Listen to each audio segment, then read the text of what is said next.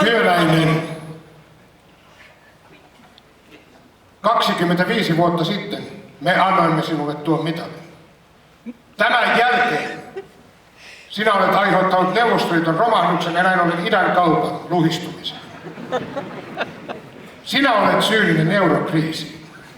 Sinä olet aiheuttanut Kreikan taloudellisen ahdingon, Kyproksen ja Italian kriisit. Sinä olet syypää Silvio Berlusconin vaalivoittoon. Sinä olet sotkenut sote-uudistuksen.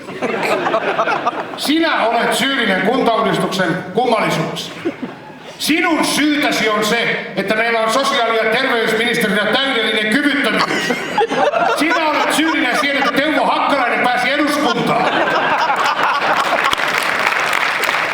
Ja mikä pahinta, sinä olet syyllinen siihen, että meidän palkkamme on laskenut 1 900 000 eurosta 1 890 000 euroon. Noin!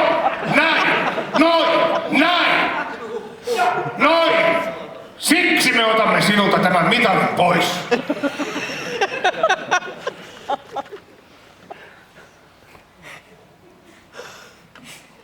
No niin. No nyt vituttaa taas. Niin arvelinkin. Älä hätäile. Kyllä meillä sinulle jotain on. Me haluamme ja lahjoitamme sinulle kirjan Pekka Himanen kukoistuksen käsikirja.